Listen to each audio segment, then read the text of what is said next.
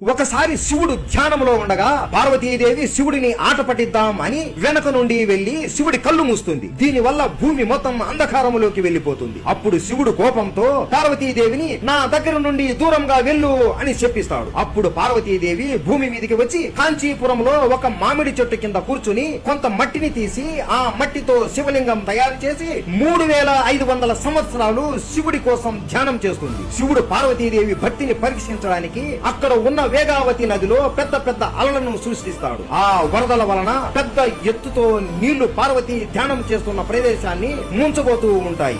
ఎప్పుడు కూడా భయపడని పార్వతీదేవి ఆ రోజు భయపడి కంపా కంపా అని గట్టిగా అరుస్తుంది. ఆ రోజు నుండి ఆ వేగావతి నదికి కంపా నది అనే పేరు వచ్చింది. ఆ కంపా నది ఎక్కడ నా శివలింగాన్ని నాశనం చేస్తుందో అని భయపడి అంత పెద్ద వరదలో కూడా పార్వతీదేవి ఆ శివలింగాన్ని గట్టిగా హత్తుకుంటుంది. అలా హత్తుకున్నప్పుడు పార్వతీదేవి చేతి మరియు కంకణముల ముద్రలు ఆ శివలింగం మీద పడతాయి. అప్పుడు శివుడు ఆమెను క్షమించి కైలాసానికి తీసుకొని పోతాడు. ఇప్పటికీ కూడా కాంచీపురంలో ఏకాంబరేశ్వర స్వామి విగ్రహం మీద ఈ ముద్రలు ఉన్నాయి అని చెబుతున్నారు. అందరూ చెప్పండి, ఓం నమః శివాయ.